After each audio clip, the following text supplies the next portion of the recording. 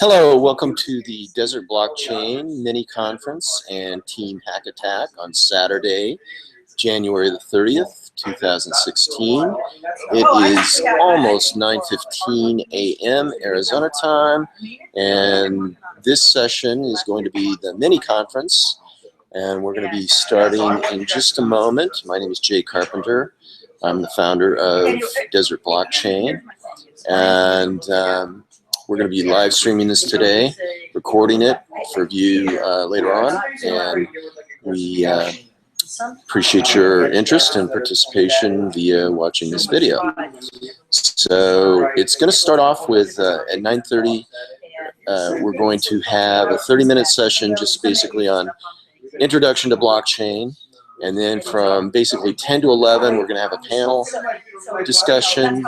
And from 11 to 11:30, we'll be talking about use cases, also team dynamics.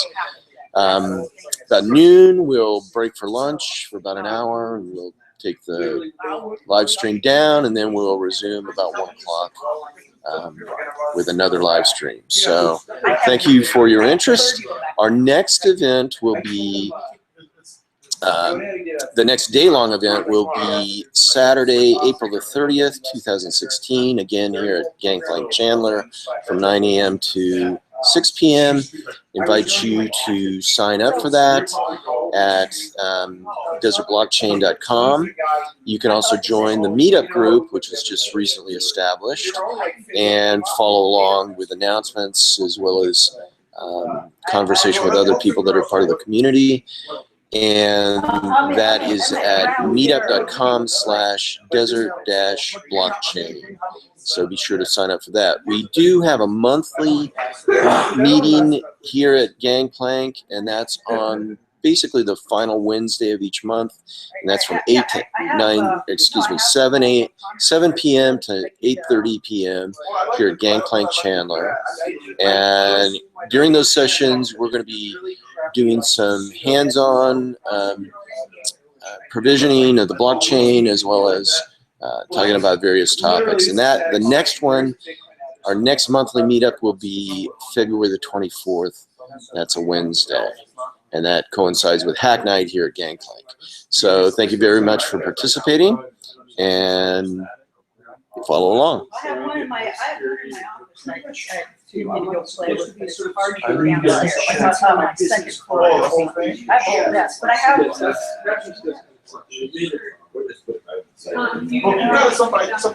I mean, if you click the certificate, it says. What, just the electronic box too? Or just the. Maybe I like to see like this is the main validator. I don't need that. Okay, so. I'll send you the NDA, and then we'll start talking. I mean, we'll make it happen. Why don't we go ahead and get started? There's some people that are going to be arriving late.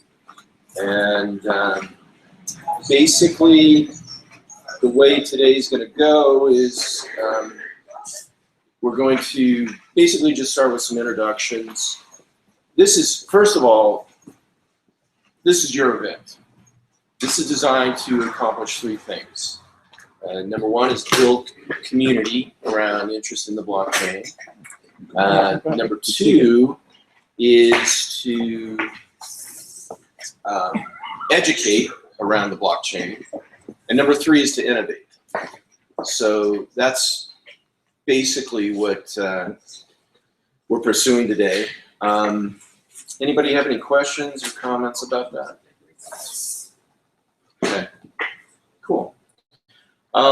So for about the next 15 minutes, I request that we just kind of go around and introduce ourselves and talk about what would you like to get out of today, basically. What's your interest in the blockchain?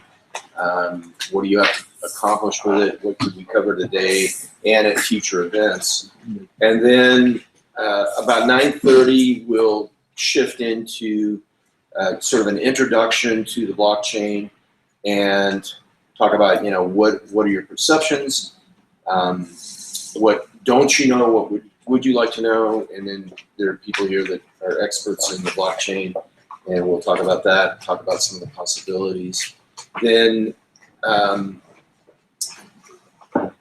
The other thing I'd like to say at this point is, you know, we could have like canned presentations. We could have 3 or 4 canned presentations. The value of today is all of us having a conversation here. So we don't have any canned presentations today. We can pull up things on the internet, and I'll get that going here in a minute. But the value is us. And part of what we're out to create today is a community that's starting to look at this brand new technology here in the Phoenix area, get to know one another, start to share expertise, start to collaborate on whatever your particular project is that you're interested in. There's some people here with some a great deal of passion about particular projects. So we'll get into that a little bit later, but that's the intention. This is not a laundry list of presentations and so forth.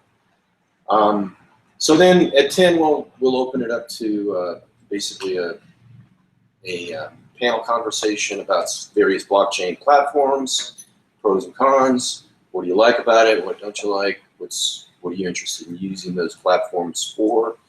And then around 11, we'll start to talk about some use cases. So most people think of the blockchain as associated with Bitcoin. The intention of Desert Blockchain, certainly part of it is to talk about cryptocurrency, but the emphasis here really is broader applications for the blockchain in terms of things like the Internet of Things, in terms of hosting secured records and ownership title, things like that. So that's kind of the intent of this particular community. So any questions, any comments at this point? Okay, all right. There are going to be a few other people that are going to join us, and they're going to be coming in and out today. In the afternoon, when we come back, we're probably, since we've got a smaller group, we're going to probably just work on some sort of project together. Maybe, and we might explore a couple different platforms this afternoon if you guys are interested. So that's pretty much the intention. I would mention that there is a new meetup group for Desert Blockchain. So you can go to meetup.com and sign up for being part of the meetup group and that communication. Meetup.com/desert-blockchain.com or just Desert Blockchain. So let's see. It's about 23 after. I'm going to put my phone on silent. What else? Anything? There are some other groups in the Valley that also focus on blockchain, and I would recommend that you support their meetups because they have some great expertise among those folks. There is also Bitcoin meetups where you can go and find out about Bitcoin and cryptocurrency and exchange Bitcoin and all that sort of thing. So the other thing that I'd really like to highlight here in Phoenix is there's a budding community that's focused on security. So Elio's here, and he's actively involved in the Security Canyon Coalition. Security Canyon Coalition, as well as the Arizona Cyber Warfare Range, which is a phenomenal resource. If you haven't checked that out, be sure to check it out because it's a live fire range where you can go in and learn and collaborate with other people. That's probably partially why the Flora attended, because they're doing live fire yesterday and today. Oh, really? There's a red team, blue team exercise over there. So Okay. probably would have snagged a few more people. That Well, was happening. What was the name of that? The Arizona Cyber Warfare Range. Is there a meetup group for that one? No, there's the range. You can just kind of go whenever. I don't know if they go to like SWSPF and they're running. Like I said, today's the last day of their live fire exercise. It's out on Power Road at Williams Gateway. Yeah. It's a pretty. The other end of the Really, valley. really I'm cool. from Westfield Park. Uh, Maybe one. oh well. Yeah, I know. ASU actually has buses that run out to The Really? Polytech. the Polytech. Yeah. So be sure to take I advantage. never of that. thought that's a good idea. I never thought he's not get Yeah, down I mean, there you can and get drive. some work done. They got Wi-Fi on the buses and everything Oh. else. The guy who runs it wants to franchise it out and also expand out to that area as well. Yeah. Pretty Yeah, impressive. were they not running that, we probably could have got Brett here today. Yeah, that would have been awesome. One thing I would like to say about blockchain that I kind of get the sense, I mean, part of the turnout today, I think, is people think that they've got to be like blockchain experts for however this I position this. And that is not the case. You are welcome here at whatever your skill level is. And blockchain is so new that, you know, other than a very small handful of people, there really aren't experts. So, you know, we got some folks here that are interested in hardware and all sorts of backgrounds here today. And, you know, I just met you, Dan, and, you know, I would put you like in the middle of the pack in terms of your skill and expertise and everything. But the idea behind the Desert Blockchain events is really part of it is to educate. And the best way to get educated is to get your hands dirty on this stuff. So at whatever your skill That level. seems like that might not be a bad panel discussion, is the usability concerns around blockchain, because you always have the tech and whether it's good, but the more important thing is adoption.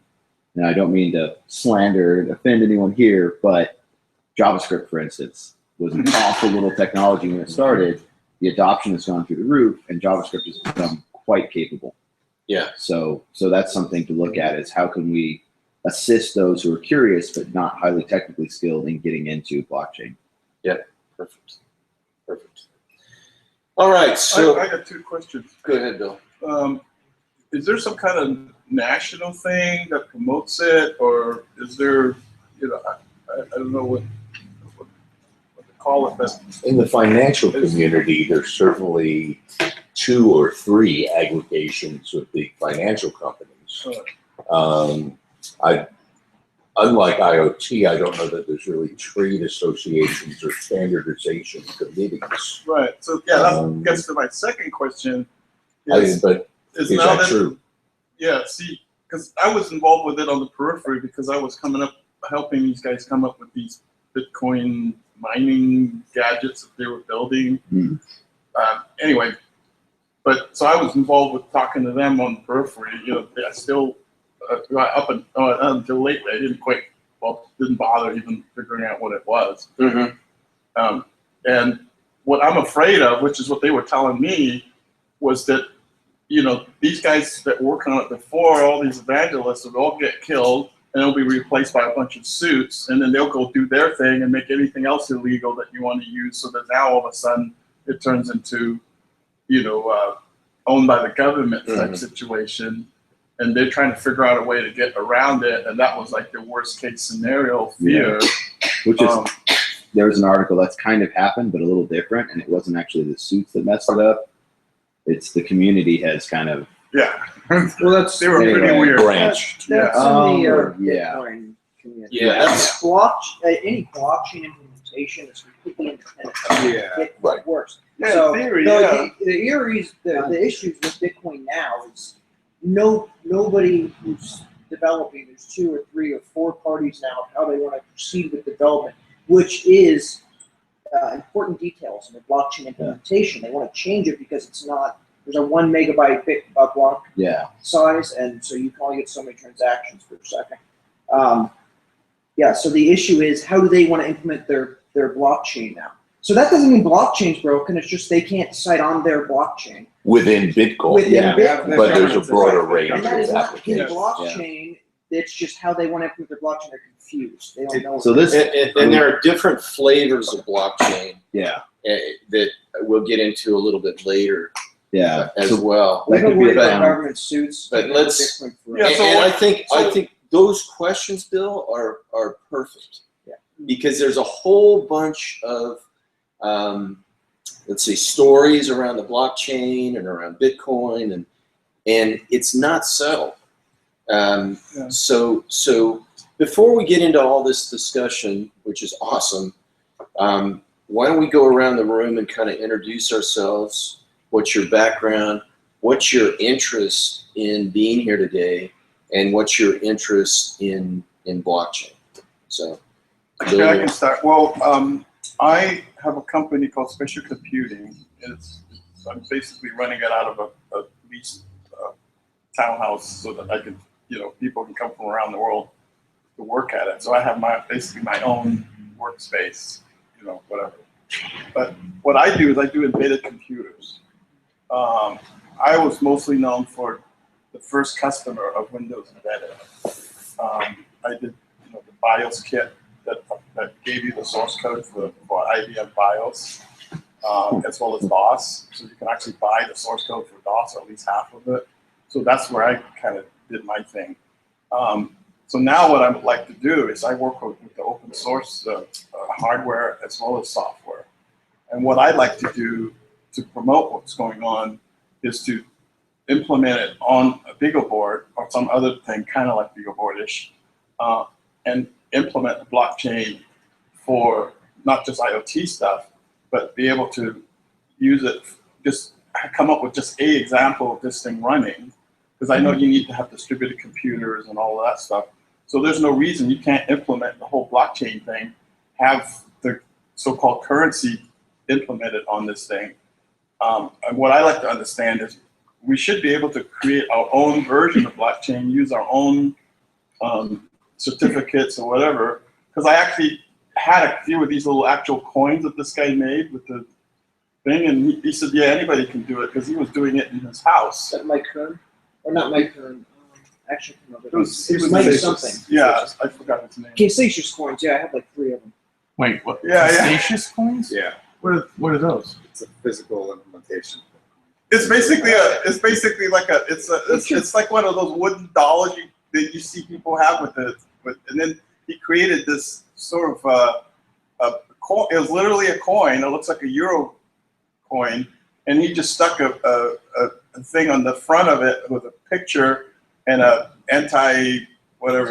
temporary, like in a CD-ROM. Yeah. And then in the back, he has like a QR code, so you can actually get the It's crypto literally number. a printed public and private key in a really nice package. Yeah. Yeah, Oh. that's basically all it He is. could have put it on a USB stick, but I don't know what the hell he was doing. He just kind I of. think I've seen that, like but a different implementation where somebody put it on like these little cards that were like the exact same size as a credit card, so Yeah. you can like. It's all it is. It's just a big long bit sequence, and Right. that's it. And then like he made it so that you'd have to actually physically tear the card open to get at the private key, so you can tell if somebody's You have already seen to it. massively trust the guy printing I it was- that's because exactly Yeah, he, that's- he has your private keys yeah. and you have He basically becomes the Federal Reserve Yeah. for your Bitcoin. But there's no reason we can't have everybody can have their own currency.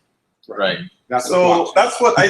That's There the are part that I reasons. did. Actually, there So are this- reasons why Yeah, everyone there- shouldn't have their So own this goes currency. back to, I would love to, somewhere during the day here, toss in the discussion, kind of continue on last time. Global consensus. Is it possible or desirable? Right. And discuss that idea and how, everyone could have their own individual currency or it could have a global one. And then, of course, there's a lot of shades in between. Where's the sweet spot? And when you were talking about embedded computers, you mean like Raspberry Pi? Yeah. Yeah. Mhm. Bill Oh, actually makes those small board computers. Oh, you So manufacture he's- those? Like, He's a hardware expert. And what you're talking about, Bill, is it's called hard wallets, basically, I think. And there's a huge, I think there's a huge opportunity set in the realm of hard wallets. Yeah. So, So did you want connected to here or? no, this is fine. So we can pull up stuff on this. Do you We're gonna want watch the to? X. So. I know, I haven't seen Yeah, we're gonna watch the this is the X-Files. Bitcoin episode. That's right. So, Like an alien Bitcoin, Bitcoin. blockchain. Yeah, for lunch we'll watch the X. Yeah. So the key point that I didn't quite get until they kept talking about Bitcoin, about different things. But one thing I got out of that was very interesting was, number one, you can implement your own Bitcoin system. And number two, you don't need a massive machine to actually use it. You need it to mine it, which that was the reason I'm bringing this up is that I don't think you're explaining it quickly enough by saying these are the uses you can do as opposed to all the tech that goes into it. Right. You mean like the use cases for a blockchain in general, or the use cases for general, Bitcoin specifically? No, in general. Oh, Yeah. That's really the intention of this group. Is we're fine with cryptocurrency and blockchain or Bitcoin and all that stuff. You know, Bitcoin is basically like the first killer app of the blockchain. But the potential here is much, much broader. Blockchain and Ethereum and all the other things Right. that we build on top. What makes Bitcoin particularly interesting for this group, though, is that it is the most readily deployed blockchain and also the most aggressively attacked Right. blockchain. If you want to see how it works in adversarial instances, Yeah. look at everything that happened to Bitcoin in the last 5 years or 4 years. Yep. So that's Bill. Anybody have any questions for Bill? Yeah, later though. Okay, cool. Mark, you want Sure. to introduce yourself? Good morning, Mark Goldstein. I run a research and consulting practice, International Research Center. I've done that for 24 years. You might say a lifestyle business. I had an 18-year career in engineering and engineering management before that. Was with MicroAge when they were just a startup here in the Valley. So I'm now claiming, even though that wasn't the vocabulary, that my first IoT project was in the late 70s when I did an intelligent environment, interactive environment with Apple IIs that in fact ended up in Alvin Toffler's The Third Wave. Albert the Office, Fred the House for Alan Howe, the founder of MicroAge. In the 24 years, done hundreds of projects, and I've worked for startups up to Fortune level companies. I've done a lot of public policy work at the municipal and state level. So, for example, I did broadband data collection for the states of Arizona and Utah for 5 years, 2010 to 2014, under the Bush-Obama stimulus grants, and that was big data work for me. Now I'm back doing more modest kind of stuff. And in the technology community in Arizona, I'm very involved. I'm on the board and executive committee of the Tech Council and the Telecom and Information Council. I'm active with the Bioindustry Association, the Arizona Energy Consortium, Azima, Arizona Interactive Marketing Association, and work with Commerce Authority and other people on generally economic development. So my interest is I have been arguably since the 70s involved in IoT and some of my own or consulting projects. I can share a link. I've done a big IoT presentation for the IEEE Computer Society where I tried to segment the market and talk more about the application spaces there.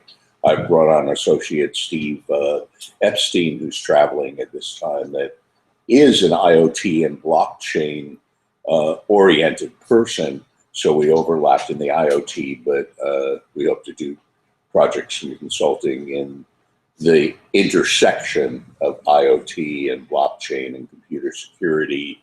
But I would have to say, in terms of blockchain knowledge, I'm still struggling up the learning curve. Welcome to the crowd. So, I think we can put that link up now, Mark. No, not really. I have no idea where that source is coming from. Oh, really? I just don't know. What, the X files? It's on SlideShare. If you search my name on slideshare.net. But that isn't this computer. That's not this computer? No. Computer? That's very else. Huh. I have to trace the wires. Anyway, All right. bit So, of my background. yeah, Mark is an awesome research, if I might I got it. say so, in terms of the whole policy ecosystem here in Arizona. I've bumped into Mark at some of the top conversations with the state government, regarding telecom policy, regarding, all sorts of tech policy. So what's the URL that you wanted to show regarding the IoT? Let's go to SlideShare and we'll search on my name. Sorry, I didn't mean to interrupt you. I just That's had fine. work in there. Mark Goldstein, MARK Goldstein. Yeah. See if it comes up. Yeah, there they are. There's an IoT one and which is 170 slides, and a gadgets and futures one, which is very interesting, but much broader. That's about 320 slides. So those decks are, you want actually the more recent gadget one though. I don't disable the old ones. That or the one on the left is the IoT. Very recent. Thank you. Awesome. Cool. Awesome. Well, you could probably talk later on this morning about what you're pursuing in IoT Sure. and all that sort of thing. Very cool. Dan. Yeah, so my name is Dan. I do technical sales for HP Enterprise. I work in the what's called an application space. So I don't know what everybody's background is here, but it's testing software. Load Runner you might have heard of, Test Pro, you might have heard of, that type of stuff is what I do technical sales with. Technical sales means a sales guy would go in there and say, hey, we have this great software, it's really awesome. And they say, well, why is that? I say, I don't know, talk to Dan. So I'm the details guy. And I've been doing it for about a year and a half. I've heard about Bitcoin because I'm just a geek generally. I'm more of an engineer and less sales. I've heard about Bitcoin for years. I probably heard about it in 2010, even as early as then. Did you buy any back then? Hell no. Because I'm like, this is stupid. It's just some, because I mean, I've been in IT way too long, I guess. You hear these fads. And like you said, you've done IoT since the 70s. Like, okay, IoT, just like cloud is kind of like a mainframe. I mean, it's all the same. It's not kind of, it is. It's just I services. well, you have additional services and better abstraction. Sure. But essentially, I can see the sales guy in you coming out. you're right. And you're right. See, it's infusing in my engineer brain. But anyway, I dismissed IoT, blockchain for years. And then I'm also an economics guy. I just find it fascinating. And I saw on the cover on The Economist, they had the trust machine, right? Mm-hmm. And I read The Economist all the time. So I finally said, I really should look at this thing in just really understand it. And ever since then, diving into the technical details, I don't know how anybody could understand what blockchain is and not be absolutely fascinated by it. Yeah. If you really, because I just dismissed it, like I'm not going to waste my time. But this is really, I think, one of the few things that I've seen that is truly new. Mm-hmm. I mean, it's an amalgamation of different, like Merkle trees and stuff like that. But the way it's combined, the way it's implemented, has enormous potential, and it's really a leap forward that we don't really understand. So that's why I'm so fascinated by it. And when I said I'm not really a developer, I think I understand the technical stuff pretty well, but like I wouldn't know when to implement the visitor pattern versus singleton versus whatever, how to loop things, or I understand at basic levels, but I'm not like super developer.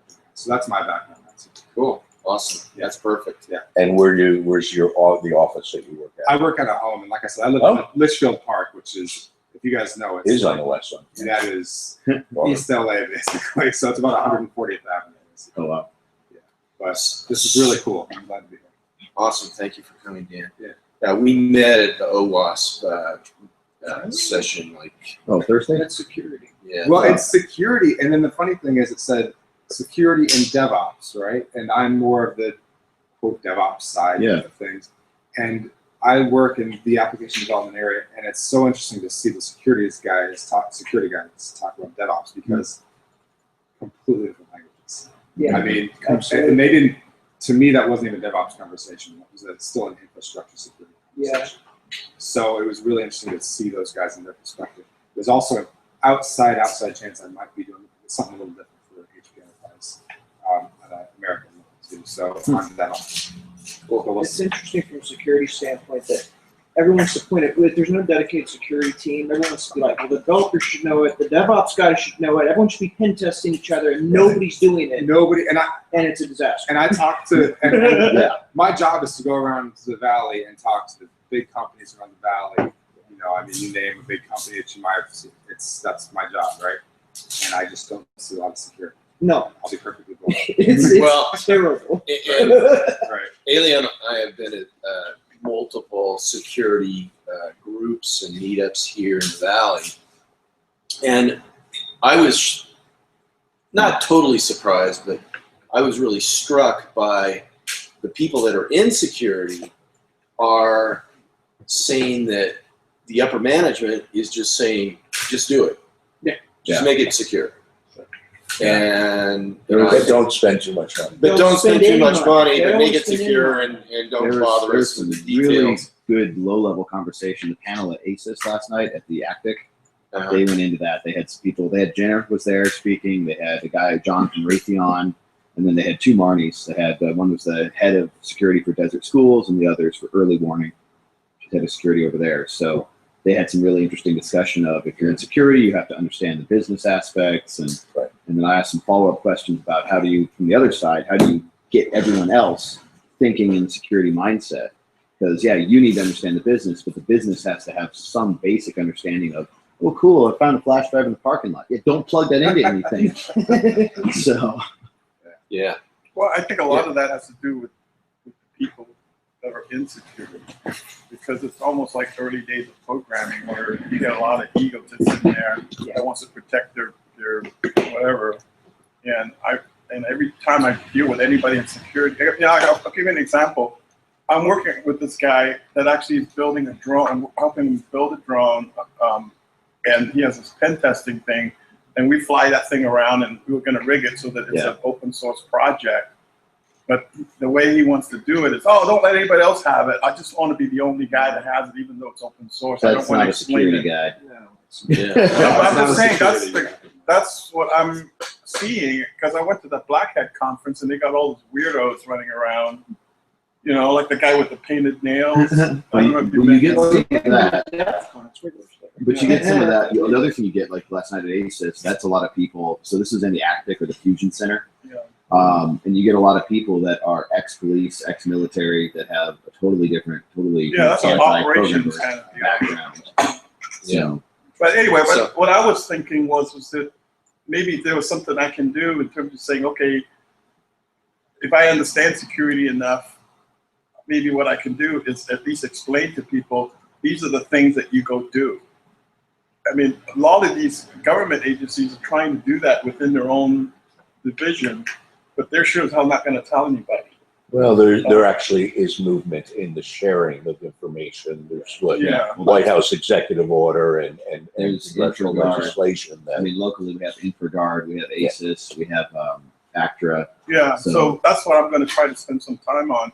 But like I was saying, it almost seems like that you have this angle where the people that do know it don't try to make it simple for everybody. It's more like, oh yeah, it's really complicated. I'm the So only that guy. we'll come back to that in a little bit. Yeah. That'll be my intro. Anyway. That was a meeting we had yesterday. Yeah, Okay, that's and I think that's part of the opportunity set with the blockchain. Yeah.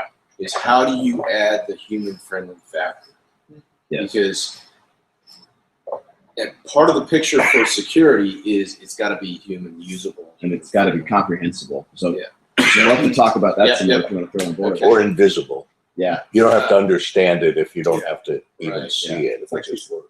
So Anything Max, else? Max, yeah. Anything else, Dan? No. Thank you for being here. Yeah. Max, will you introduce yourself and tell you what?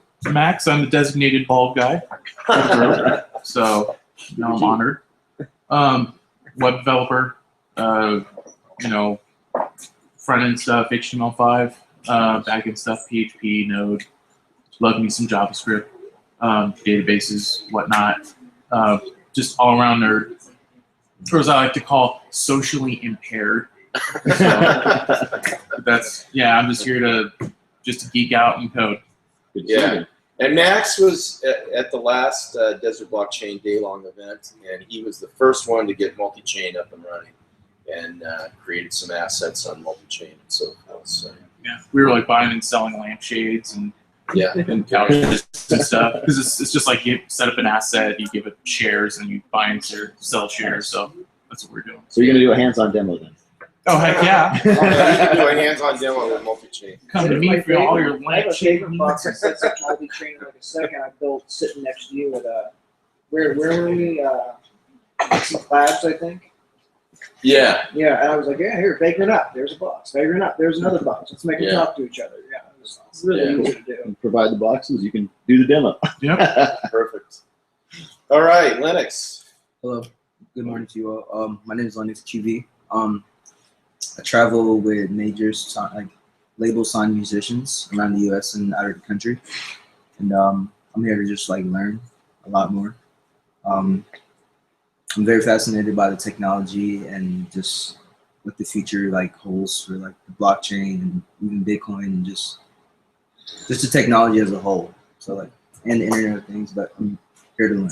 Okay. Your Any name is really- particular areas you want to focus on, or Not at the moment. okay? Like you mentioned music stuff. Yeah. Anything you want to look into, like for a payment system for music, or which Oh stuff? yeah, that I mean, it all comes into it, but it just depends on how like I personally feel like I'm gonna go about it. Because music is gonna play a part, but it just depends on how I implement it, I guess. Like your name is Lennox. Lennox. Linux. No. LENNOX. Lennox. Oh, Linux. Like, oh, okay. Yeah. I was like, oh my god, I was so geeking out. Oh Someone my god, named their child I know Linux. somebody named the Linux. You know, okay. That's still pretty awesome. Yes, you know.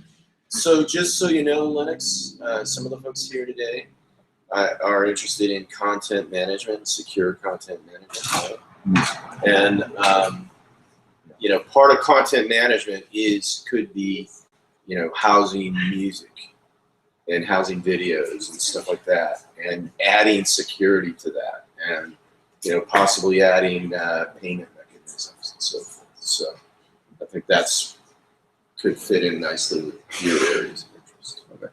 So Cool. Elio Greco, as of a day ago, I'm chairing the subcommittee on community events for Security Canyon. And we got to split those out and figure that out. So I'm trying to promote cybersecurity jobs and education in the Valley and focusing on how do we set up community events, community outreach to get people to know that there is a vibrant cybersecurity community here and what opportunities and what resources are available. I've also done a lot of the organization. I'm getting pulled back into this one too, but I've done a lot of the 5 Code Day Phoenix events that have happened over the past 2 years. I helped organize those, and I was kind of sitting this one out, but I'm getting sucked back in. So, oh well. And then we're also Christian's involved as well as Jay, but we're looking at some grant opportunities to look at blockchain and related technologies and maybe redo the entire web and toss some of the cruft and some of the awfulness that's the current web and replace it with some of these technologies. And Dan mentioned Merkle trees or Merkle bags. And we had a really long conversation that we didn't really resolve. So I'd love to touch on that a little more and get some input from the people here today. But what's the relation between a blockchain versus just any arbitrary Merkle bag, and kind of finish sorting that out. It's becoming a lot clearer after previous conversations. And So Where are the grant opportunities? Is that like NIST and NSF, or is there is a pile of money locally. There's a company that has a large pile for IDIQ defense grants. And so it has to be security related, and it's IDIQ, which is indefinite delivery, indefinite quantity. So this is like really high risk, like you're doing something no one has ever tried before. So I have anywhere from 2 to 4 grants, and hopefully just start with the 2, and if we can put in for another 2 grants, at least. And you mentioned IoT. I've been thinking about talking to Chris, Matthew, and if you're interested, Right. a few other people in looking at a grant potentially for mesh networking. Because we had a project he's last kinda year. gone corporate now. Yeah, there's a few other mesh guys that I know, because that's the hardware side. So the stuff we're applying for is the software side of this. But if you can then have content addressable networking and blockchain and all this fun stuff with mesh networking, so now the network is decentralized and resilient. Now you're really talking about a modern communications infrastructure. So And you told me to keep reminding and nagging you about that presentation you were supposed to have in November.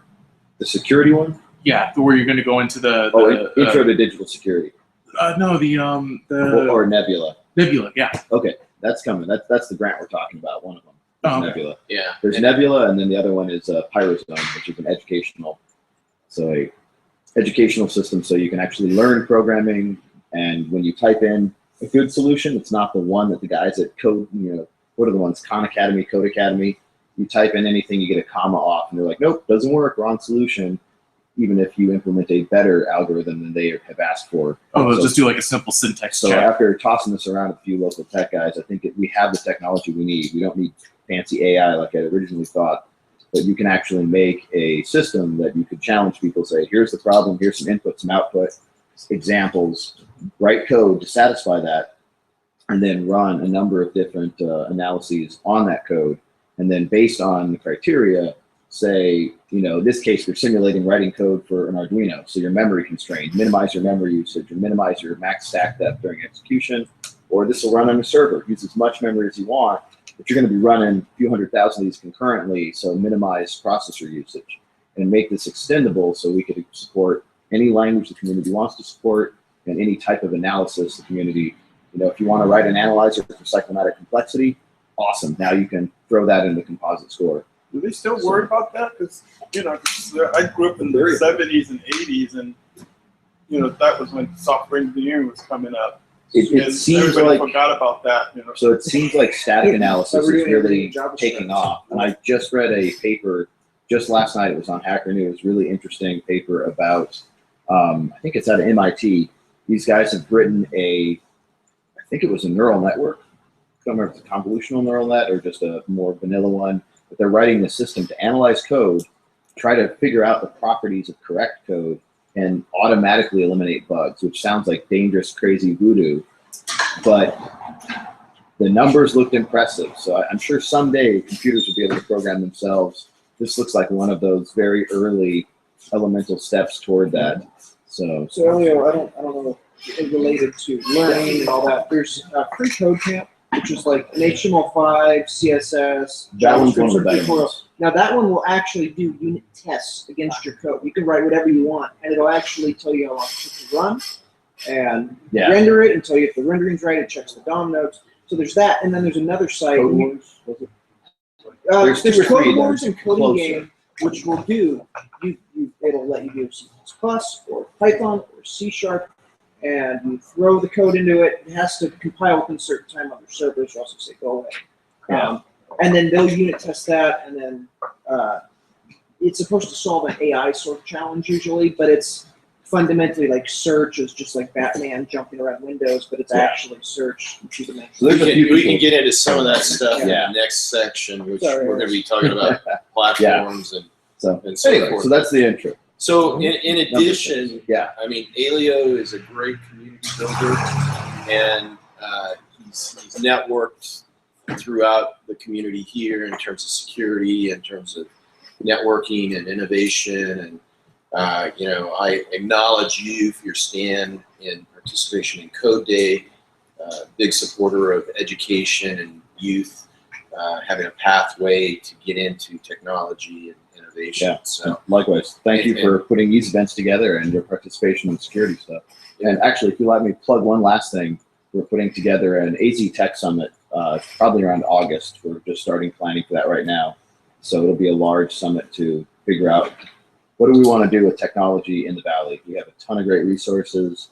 We do have a problem with opacity, with people knowing that these resources are there, that they are available. And commend you for driving all the way out from 140th Ave. It sounded interesting. But that's the exact problem that we have, is even knowing, being on that side of town and knowing that there's an event all the way over here, just knowing that that exists is a big problem.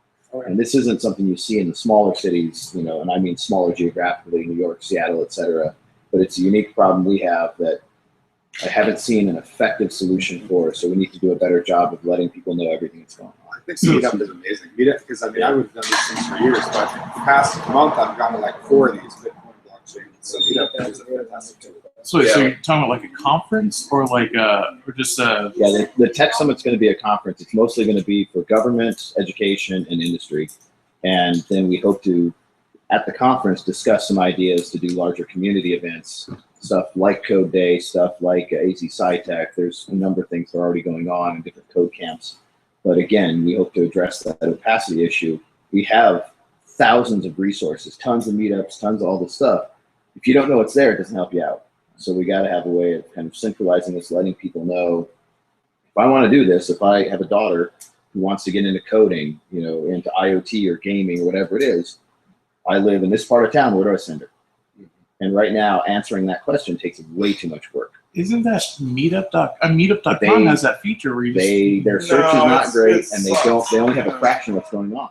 They do not have anywhere near. Yeah, it's just it's very fractional. you can search like within X number of miles from your house. I it'll have do searched like a for a Reels. Docker meetup and not found with the word Docker Yeah, in their name. search and it really didn't come up. sucks. Yeah. So Plus, there's just a lot of organizations not represented on Meetup. Just watch the MIT Enterprise Forum for Phoenix let their Meetup group go extinct because they couldn't find a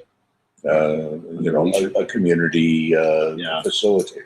Also costs money. yeah, Which is like, it could be a GitHub repo. It doesn't need to cost money. Yeah. Oh, to host a meetup and To put it have on. a meetup group, doesn't it cost money, Jay? Yeah. After a period of time, and if nobody pays Well, the right fee, off the bat. I was going to say, did you Okay. take advantage of their sale? They're 50% off for Yeah, another I day or did. two. I I'm did. thinking of grabbing that. And It's So, It's but small. we now have a meetup, and it's I put a link to it up on the front page of blockchain.com. And the other thing I'd like to mention at this point is that there's a ton of money sitting out there too, and other resources that people just don't know about. yeah, I met a fellow from I guess the state of Arizona who's got all kinds of apprenticeships. Funded apprenticeships, and so I've got some flyers on that if anybody's interested. and there's also, I met a gentleman, we had a coffee meeting last week before. He's trying to set up a state angel investor and VC fund. So coordinate, because there is quite a bit of money out there that, again, people think you got to move to LA and Silicon Valley and all this to get money. There's money here that people are ready to invest. You guys know where to go to find it. Yeah. So we need to do a better job with the discoverability and let people say, hey, I have this great idea. Who do I go pitch this to get funding to make it happen? Yeah. So, cool. Perfect. All right, Christian. Did you want to say anything else, Elio? No. I'm Christian. I am running on basically no sleep. My daughter just turned 1 and has an ear infection as of 2 days ago. No sleep in my whole house. Doesn't matter what room I sleep in, I can hear it. It keeps me up. So Is that a feature? so I'm just talking through caffeine. So I apologize if I repeat myself. It don't make any sense.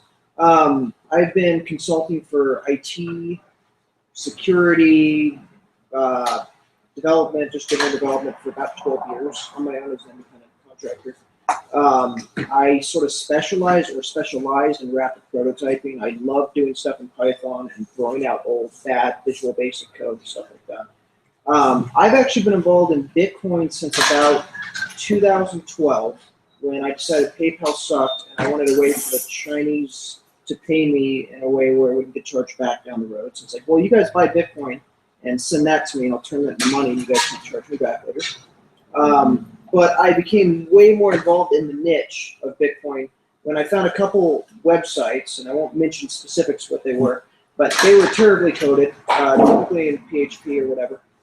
And I could just totally own their entire system, get in, get remote access, look at their Bitcoin wallet where they're storing everyone's funds, dump the private keys, and instead of stealing, and I did this all anonymously for sure, instead of stealing, I kept the private keys. I signed a message with all the private keys saying, hey, stole your wallet, I'm not taking your money, here's how I did it, here's how you can fix it. And it turns out most of those people have no idea what I was talking about. They knew that I had stolen from them, they had no idea how to implement the fix I said or how I even got in.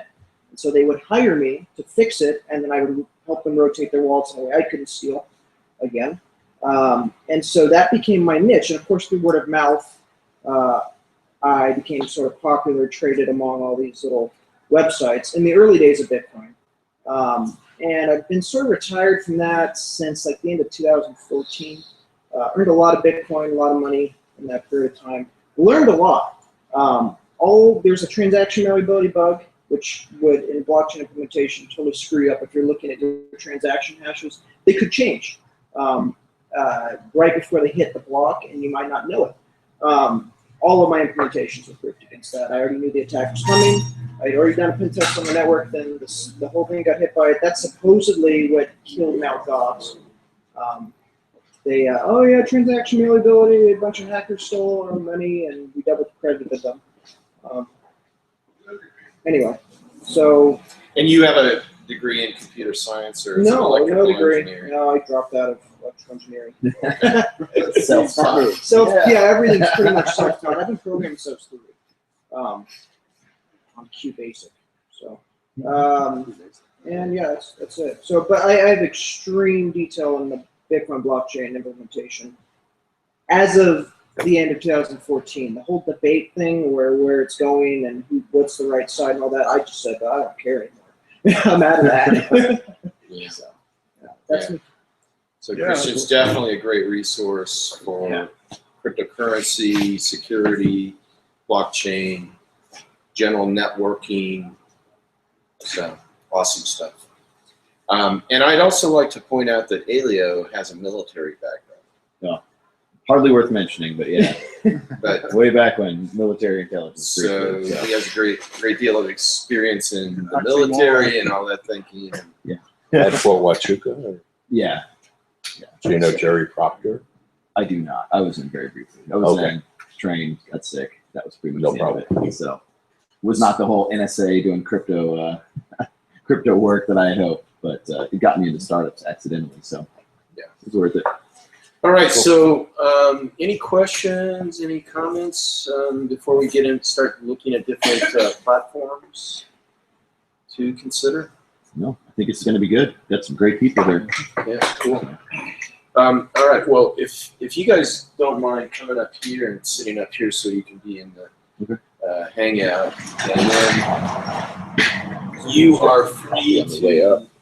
write on this board, bring up websites, all that stuff. So, You want me and Elio? yeah, why don't you guys come up here and just talk about the platforms that you like, what you're interested in, why are you interested in them, all that. Is going to go off straight. Oh, that looks dangerous. Yeah, I know. Why don't you scoot over this way a little bit?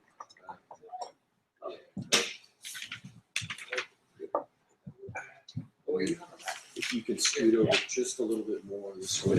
There we go. Yeah, we're just so kind of backlit. I don't know if we can see our faces, but Yeah, I know, it's the lighting. Light a match, no? So, why don't you guys talk about what are your favorite platforms around the blockchain?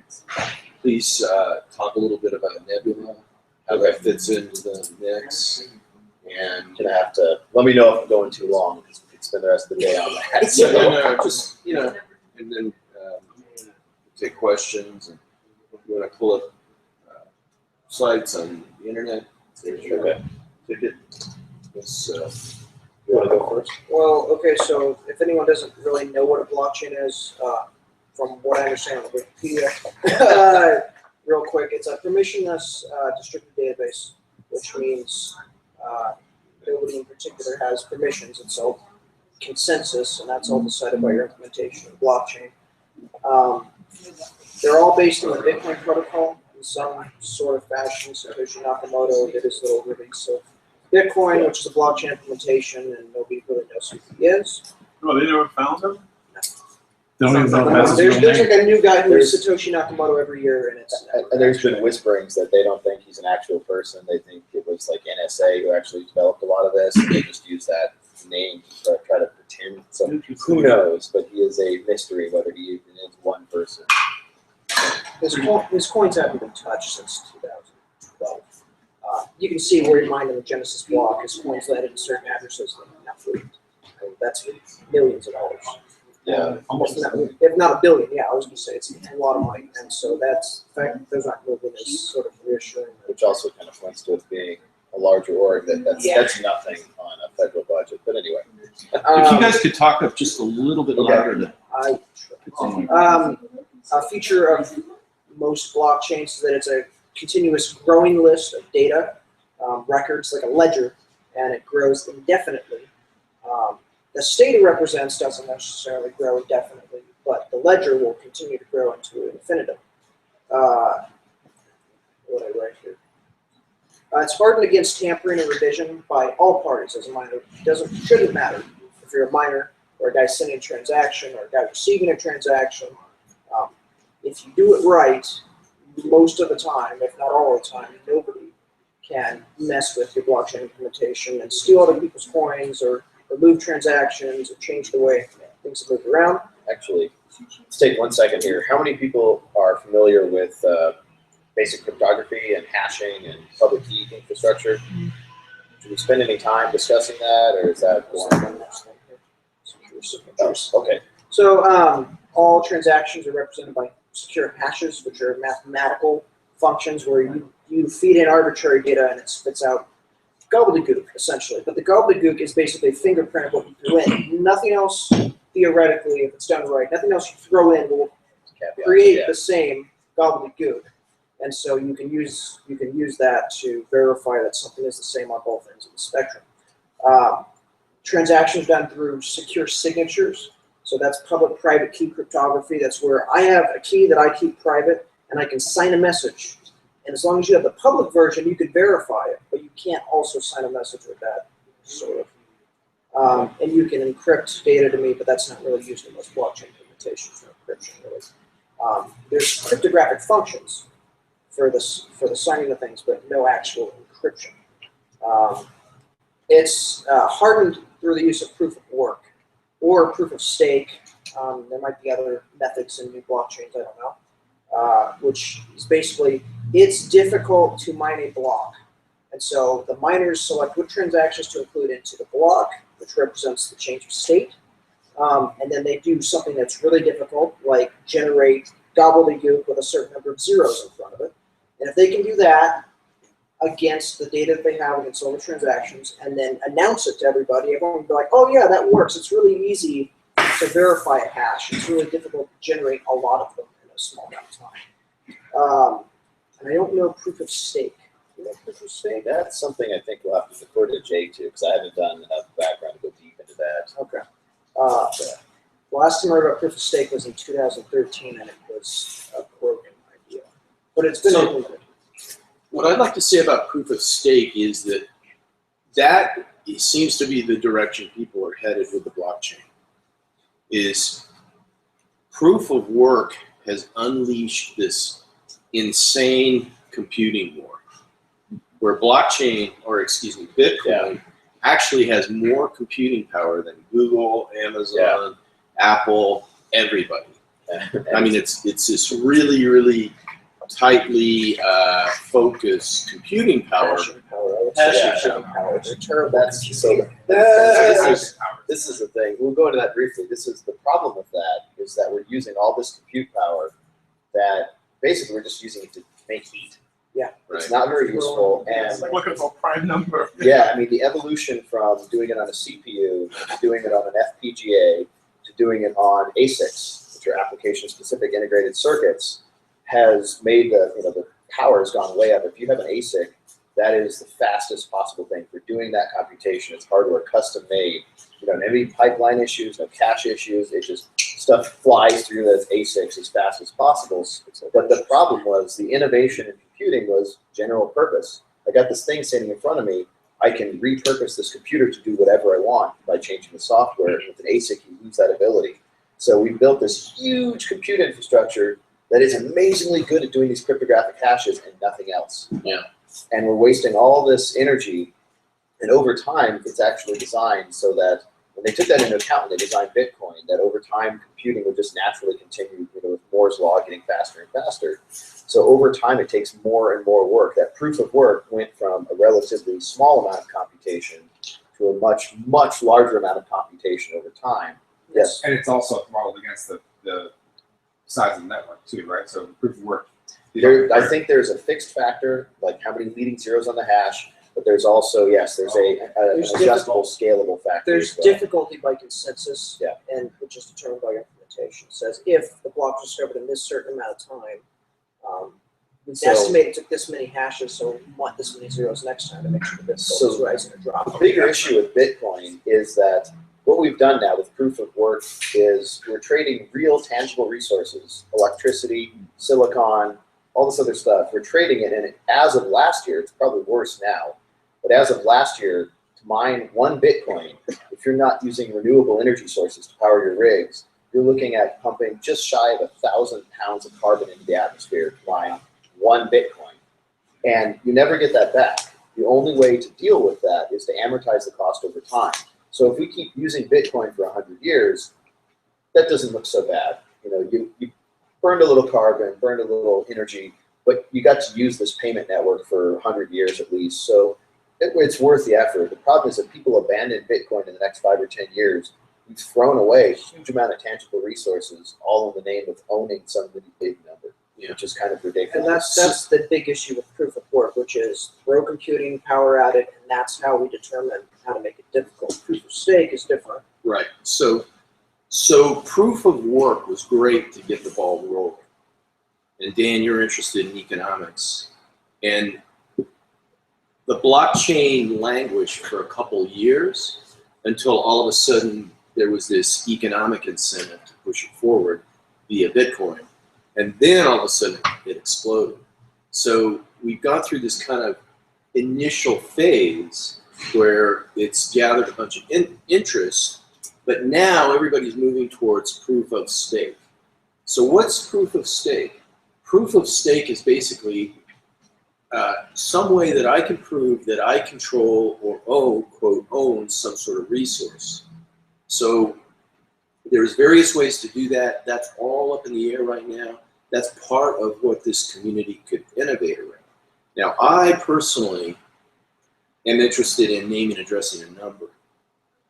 What does that mean? Well, that means there's a whole use case around addressing. And my proof of stake, one of the things that I'm interested in exploring, is something like how we get verified when we're signing up for an account. So they'll send you a text to your cell phone, and then you put in a code. That is effectively a proof of stake that you control a particular phone number. And there's other ways to sort of cure or perfect proof of stake, which I'm interested in exploring, which is more like curing or creating proof of stake in like your home or a piece of real estate or a car. So if you came out here and you found a car that was parked on the side of the road that wasn't titled, there's actually a whole process that you can go through to claim title to that car or a piece of land. And this is an age-old process. And I think we can take some of these age-old processes and apply them to the blockchain and open up a whole realm of innovation around digital assets, around security, around identity management, all that stuff. Yeah. So that's a big passion of mine. And we're going to talk about some different platforms where you can play around with the blockchain today. And I'd like to just kind of emphasize those right now.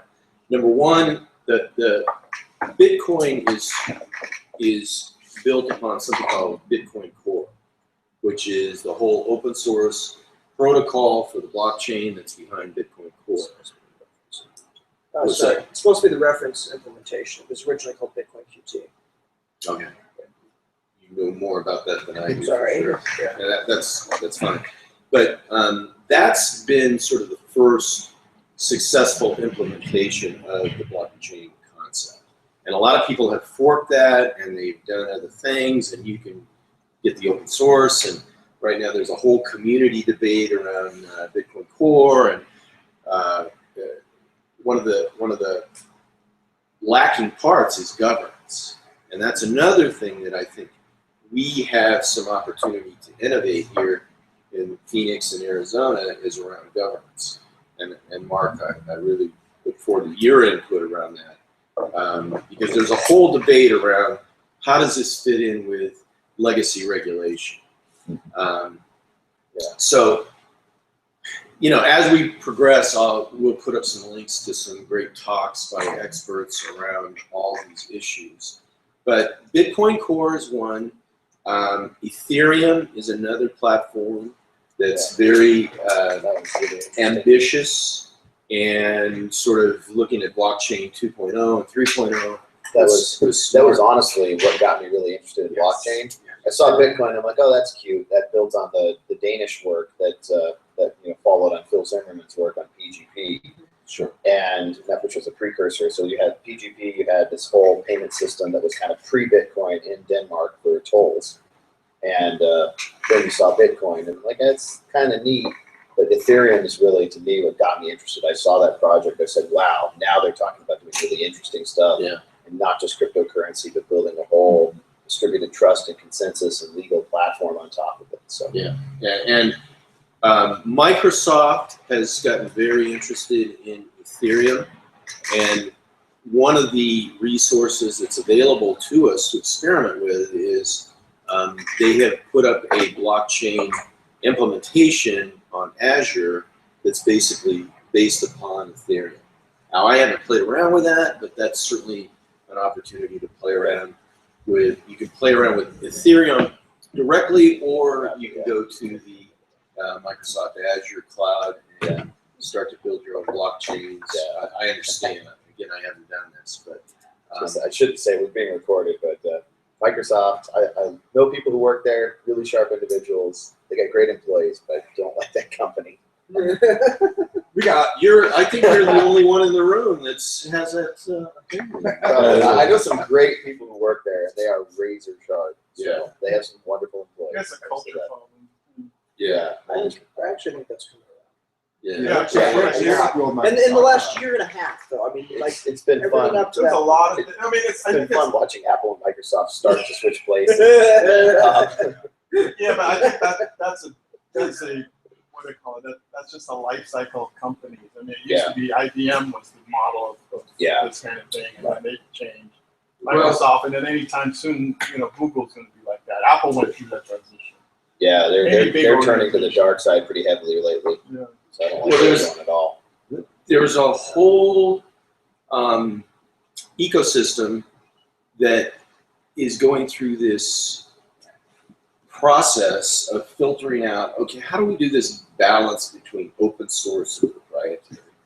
And I think that's part of what we have available to play with in this whole realm.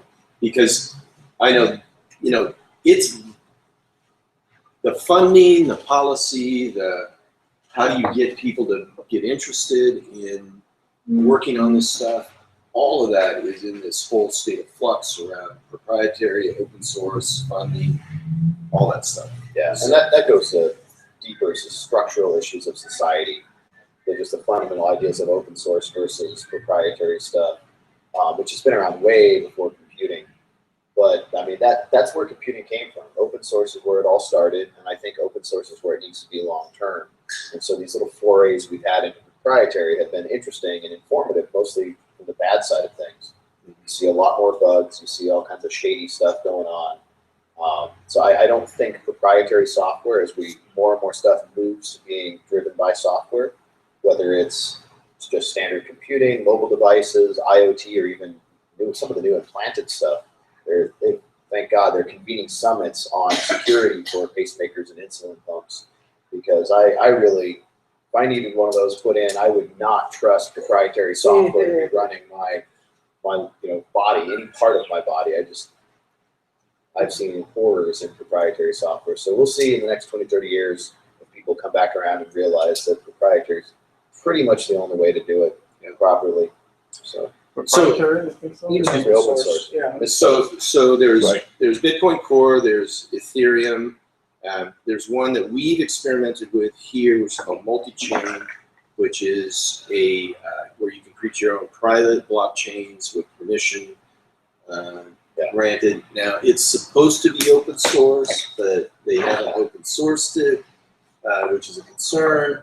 But there's a whole consortium of banks that's using multi-chain to experiment with blockchain in a sort of research and development phase. What was that one? I sent you that article. totally blanking on it right now, but there was some major financial exchange that implemented an internal blockchain that they're using to verify transactions and trades. It was just NASDAQ has been doing stuff yeah, like that. NASDAQ, But that's- London Stock that's probably Exchange. A year old now. Yeah, we'll get into some of those, budding use cases and things like that around 11 o'clock. But so those are 3 platforms. You guys are interested, and other than multi-chain, which is supposed to be open source, but Ethereum and Bitcoin Core are definitely open source. You guys are interested in IPFS, which I think you've been playing around with. The site for that. Yeah, why don't you put up I the can site? talk about IPFS. And then why don't any others that we should really be looking at? You're going to talk a little bit about Nebula. Yeah, I'll get back into that in a second. So do an IPFS intro on. So I'll explain IPFS, but to start with, I'm not immediately certain where it fits in with the whole blockchain idea, except for you can use it to store and distribute data in a Merkle DAG, which essentially is what Bitcoin or any blockchain breaks down to. It's a linked set of hashes. So that's sort of how IPFS would fall into it. Well, somehow, and I don't totally understand it, but Ethereum is linked to IPFS. Right. So let's take a quick detour. So what's the difference between a blockchain and an arbitrary Merkle DAG or Merkle tree? So Merkle DAG is, I forget the first name. Someone should look that up. I think it was Ron. What is it? Ron Merkle? I think it was Ron Merkle. Look that up. So he invented this idea of a tree where if we have a cryptographic hash, and like you were explaining earlier, we take a value and we compute it. We use some hashing function, and there are certain properties. There are a lot of types of hashing functions that are used extensively in computer science. There are significant differences between a cryptographic hashing function and any arbitrary hashing function. Some of those being the avalanche property, where if you make one bit change, like just a single bit, should result in a vastly different checksum.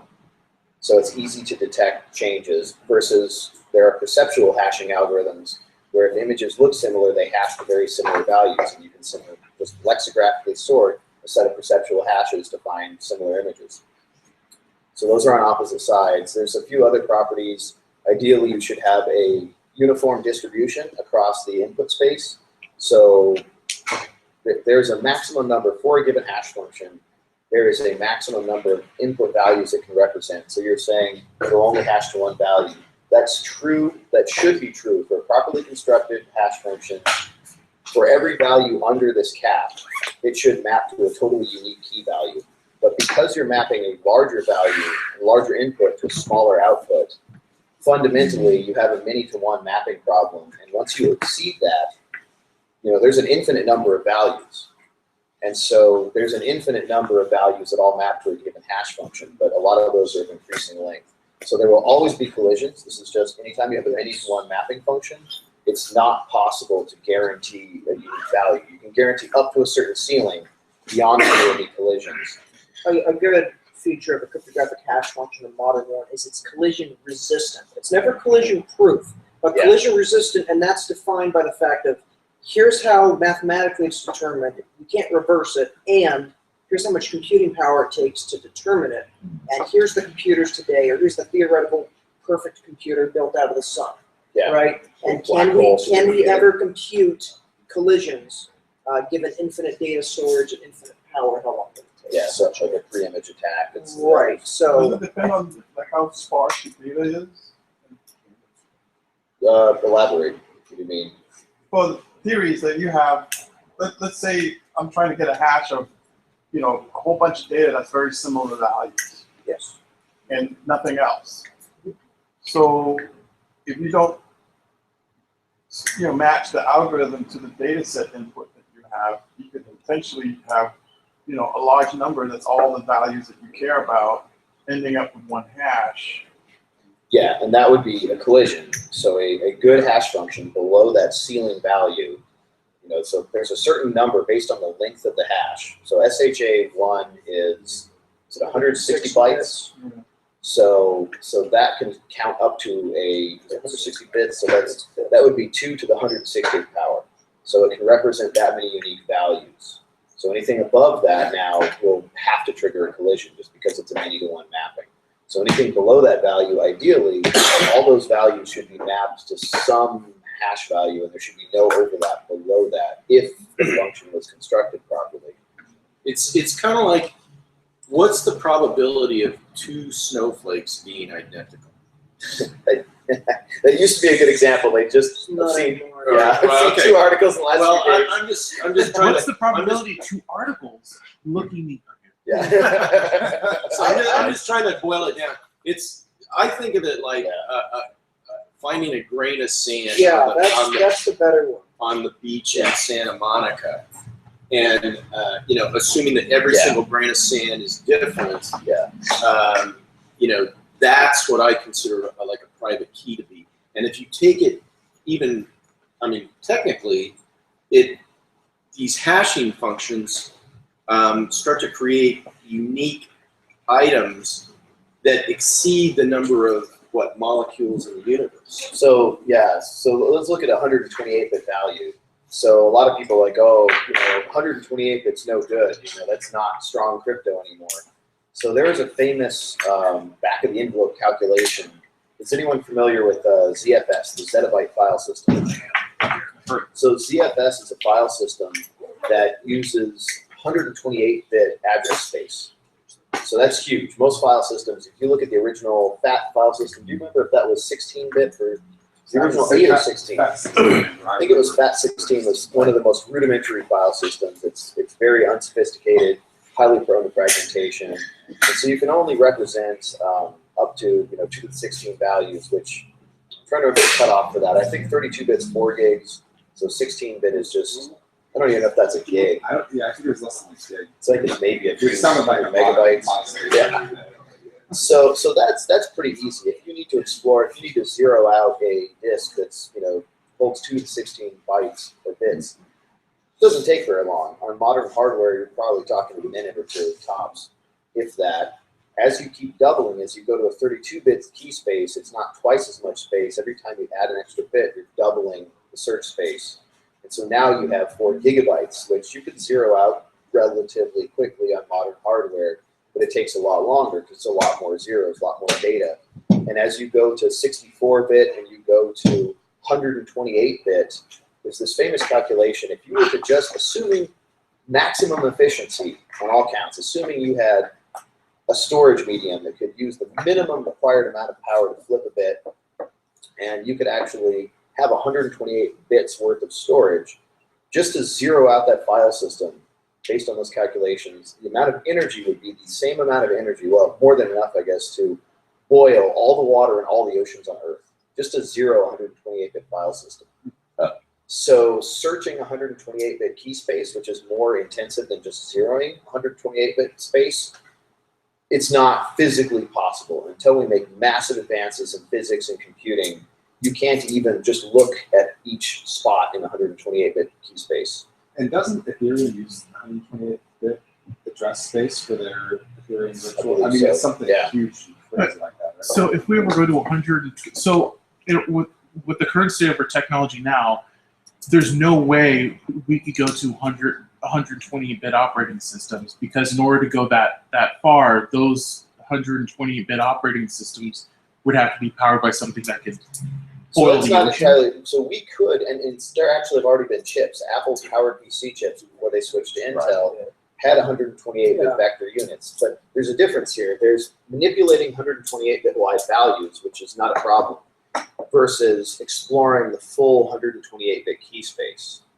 So I can talk with you about insanely large numbers, billions and trillions, and quintillions and all this, and Googleplexes. Can you guys read But this? if I were to ask you to count up to 1 billion right now, you'd be counting for the rest of the day and probably into the rest of the week. So actually enumerating all those values is a totally different thing than discussing values at that size. Oh, so representing 120-bit That's easy string to do. is one thing, But but counting counting all of up to Yeah.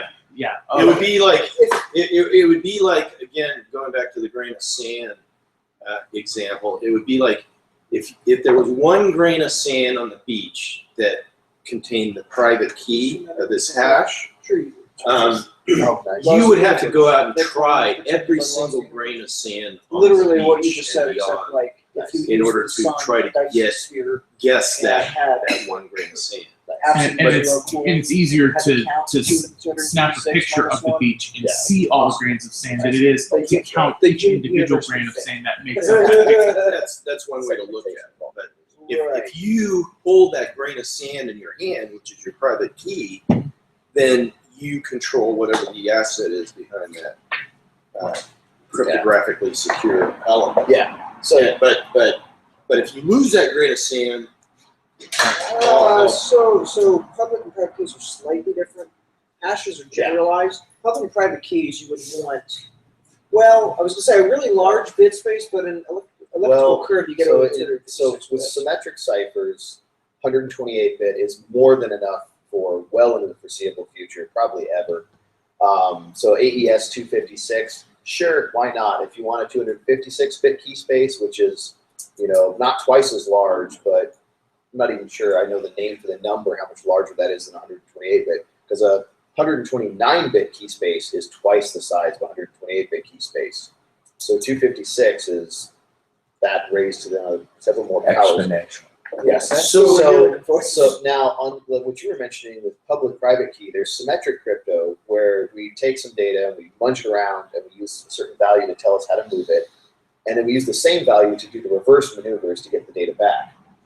128 bit is more than adequate for ciphers like AES.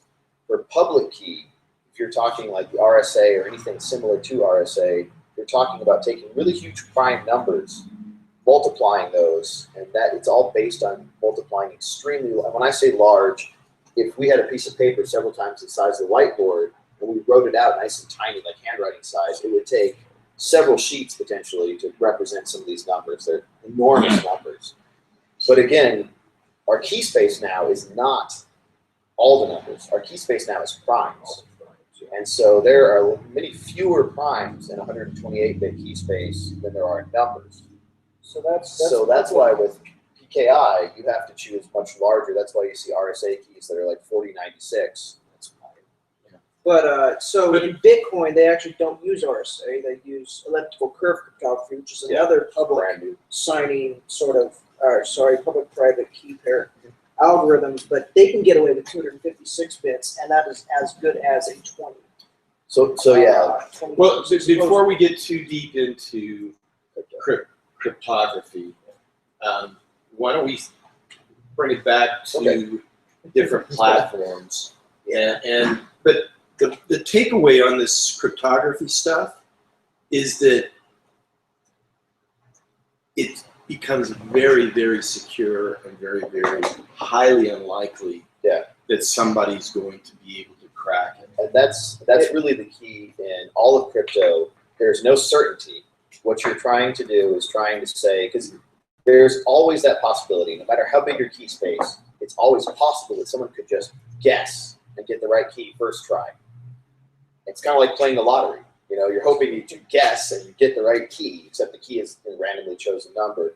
So we can never eliminate that fact. Someone can always get your key in one go, but by making the key space much bigger, it's his example with the ocean, the beach, and sand.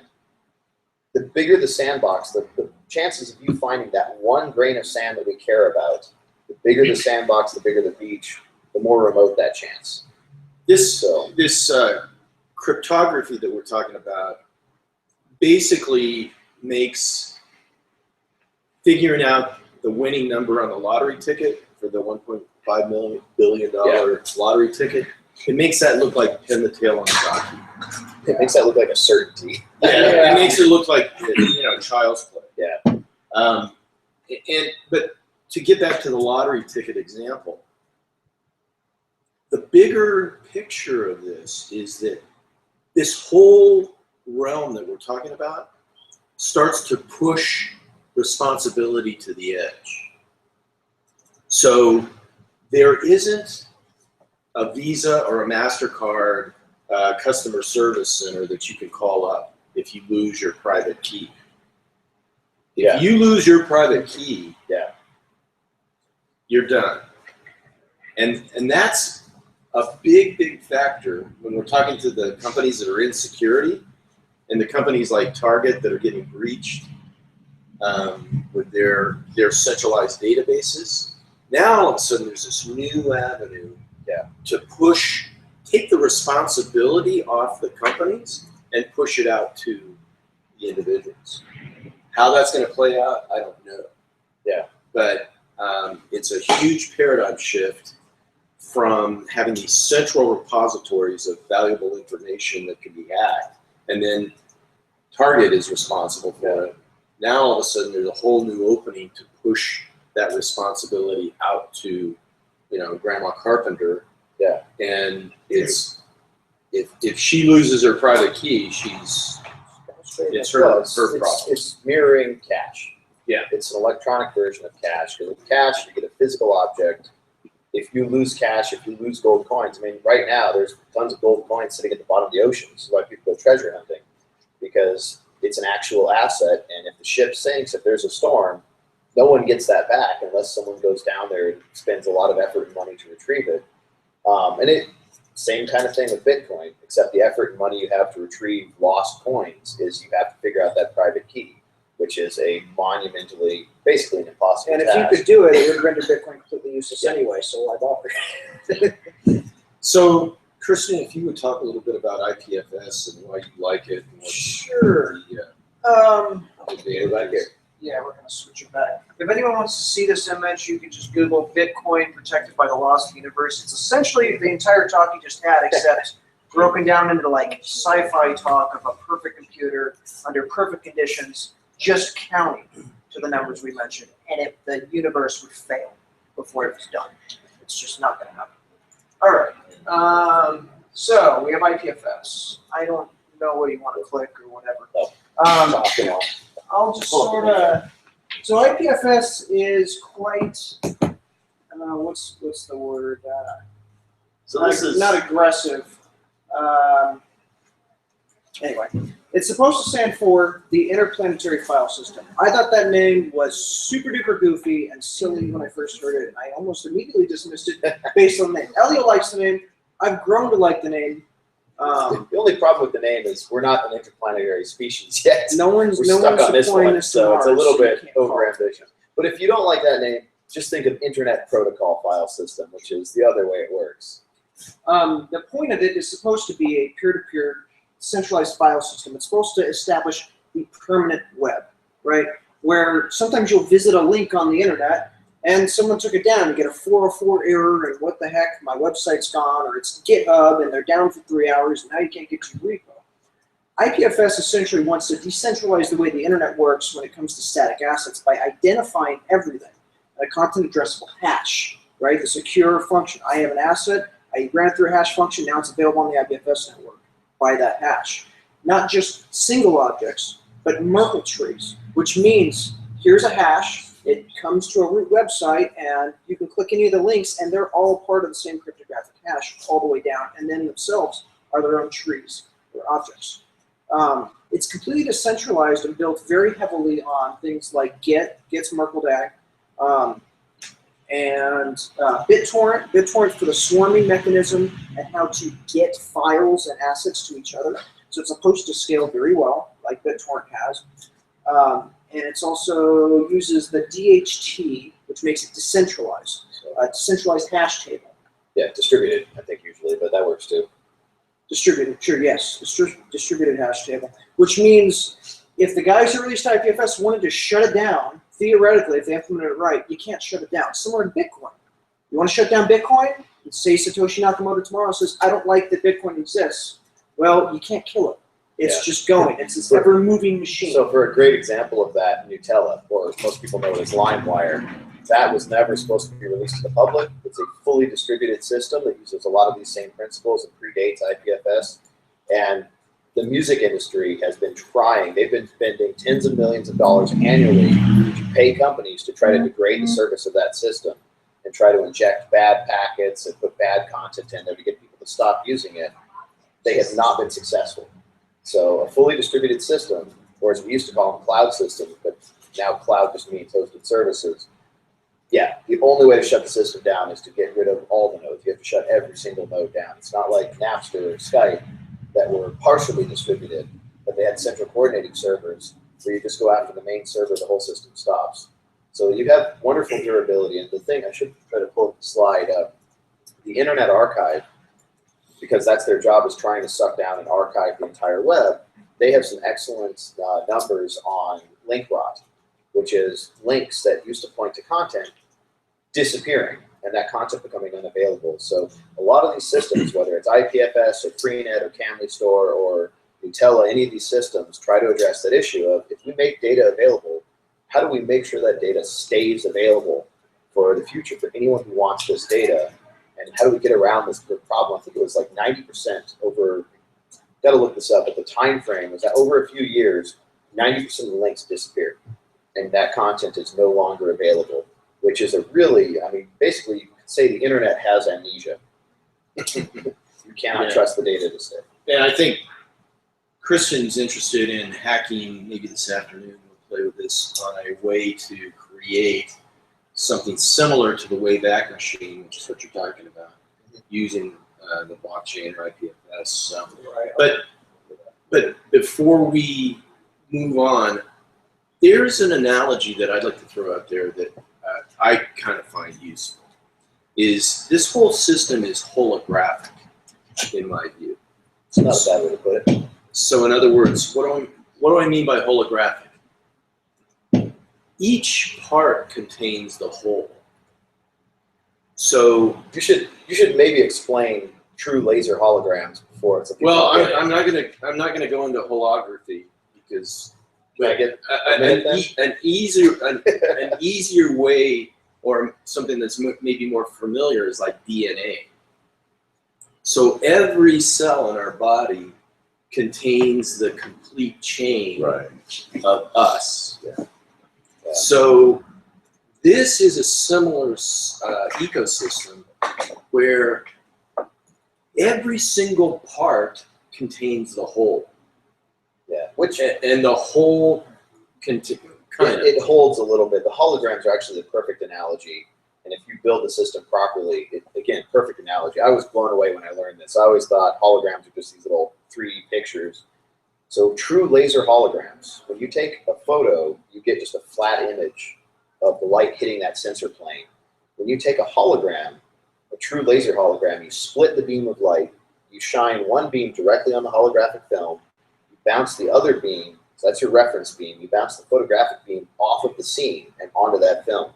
And so what you're recording is not just that static pattern of light that came in at one angle, you're recording the interference pattern between the lights. So you get some really weird stuff, where if you take a laser hologram, if you take a picture like you just did, take a picture of us on the stage, if you cut it in half, one half's gonna have me in it and not Christian, and the other half's gonna have Christian and not me. If you take a hologram of us, a laser hologram, and you cut it in half, both halves will have this entire scene at half fidelity. So you'll lose some of that resolution, some of the fidelity, but you'll still have all the information. And if you cut it in half again and have quarters, you'll now have 1/4 fidelity, full hologram of the entire scene. So it's a really interesting property. The way the data is distributed throughout a true hologram makes it really resilient, where you can lose a little fidelity, but you never lose data, even as you continue slicing it into smaller and smaller pieces. You mean spatially slicing it, or just lowering the resolution? No, if I cut this, if this is a hologram, and I cut this board into quarters, like spatially, like if I had a saw, and I cut this into 4 pieces, each quarter would contain the whole at 1/4 the resolution. Basically, is what he's saying. Yeah, not only that, you take that thing and you move it a little bit, you can actually see angles. Yeah. So you could actually see, from a different angle, it still remembers. So it's not just, one single picture of a plane. You're actually getting all the light